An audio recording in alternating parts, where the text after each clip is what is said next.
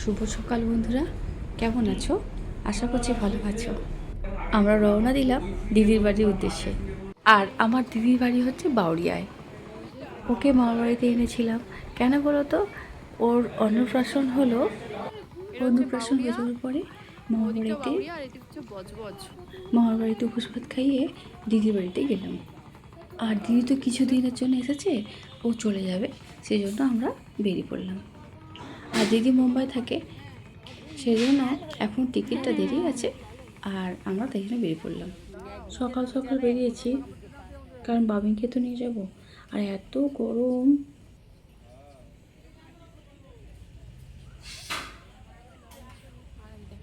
আর ওর জীবনে প্রথম নদী পারাপার হওয়া, মানে লঞ্চে উঠে এপার থেকে ওপারে যাওয়া। 7 মাস বয়স। আর আর এই 7 মাসে ও নদী পার হচ্ছে লঞ্চে করে। প্রথম প্রথম খুব ভয় পেয়েছিলাম, তারপর তো দাদা বললো সবাই মিলে আছি, কিছু অসুবিধা হবে না। আর আমার দিদির বাড়ি আর মামার বাড়ি খুব কাছাকাছি, মানে বাউরিয়াতেই, মানে দুটো পাড়ায় মামার বাড়ি আর দিদির বাড়ি। ছোটোবেলায় আমরা মামার বাড়ি যেতাম, তখন ছিল নৌকা, আর এখন হয়ে গেছে লঞ্চ। আর খুব ভয় লাগছিল, পুরো ফাঁকা তো লঞ্চ। দাদাকে দিয়ে দিয়েছিলাম, দাদা নিয়েছিল বাবিনকে। আর জেটিতে যখন উঠে আসছিলাম খুব ভয় লেগে গেছিলো, আর নিচে তো পুরো জল। আর এই নদী পারাপার হয়ে যে কতবার মামার বাড়ি গেছি তার কোনো হিসাব নেই। আর মা না প্রত্যেক সপ্তাহে মামা আমার দাদুকে দেখতে আসতো।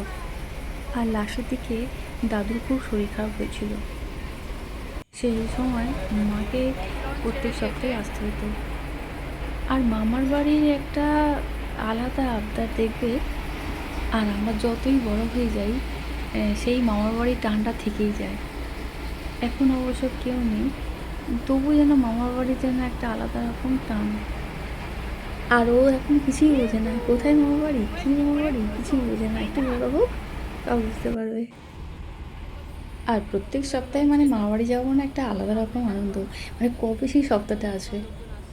আর প্রত্যেক সপ্তাহে মামার বাড়িতে যাব মানে আমার মামার ছেলে মেয়ে আমার সব থেকে প্রিয় বন্ধু ছিল।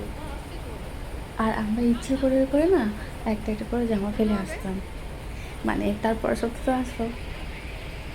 আর কত খেলাধুলা, কত মজা হতো যে কি বলবো।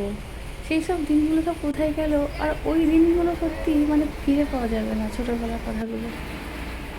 আর এ পারটা হচ্ছে বজবজ, আর ও পারটা হচ্ছে বাউরিয়া। লঞ্চ ছেড়ে দিয়েছে। আর এইটা হচ্ছে বজবজ কালীবাড়ি, পাশের শ্মশান। লঞ্চে উঠেছি, সেই মুহূর্তে একটা জাহাজ যাচ্ছিল, আর ঢেউ, এত ভয় লেগেছে। আর নদী পারাপার হলেই তো ঢেউ হবে, এটাই তো কমন ব্যাপার। তবুও যেন ভয় লাগছে ভীষণ, অনেক দিন পর উঠছি তো।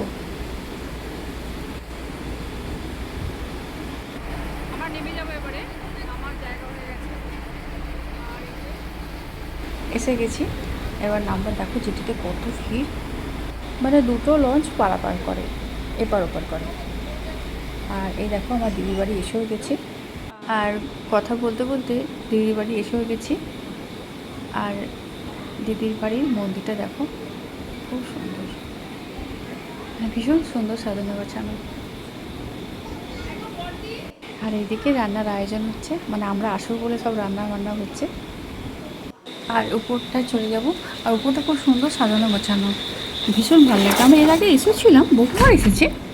আর বাবিনকে নিয়ে প্রথম, আর ওর জীবনে প্রথম বড় মাসের বাড়ি ঘোরা। হ্যাঁ, মেজো মাসের বাড়ি ঘোরা হয়ে গেছে, মানে আমার মিস্ত্রির বাড়ি ঘোরা হয়ে গেছে।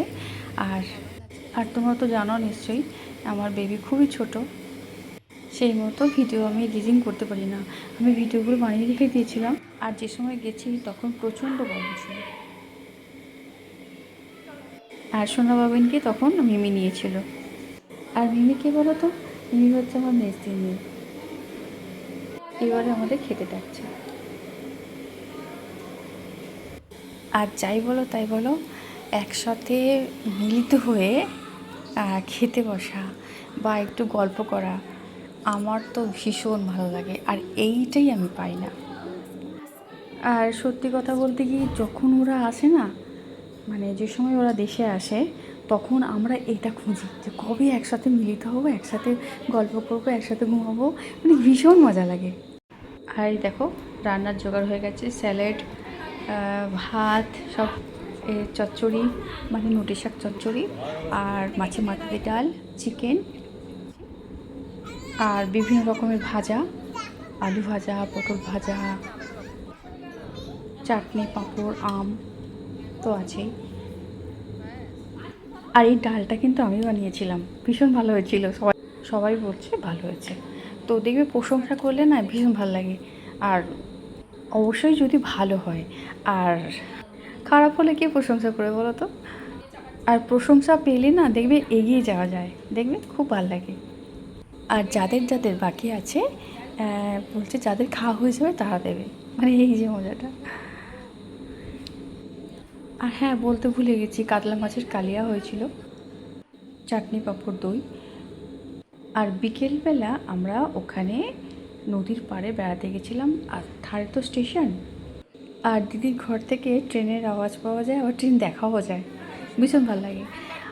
আর মামার বাড়ি যাওয়া হয়নি, কেননা মাইমা ছিল না, ছেলের কাছে গেছে মুম্বাই, আর সেই জন্য যাওয়া হয়নি।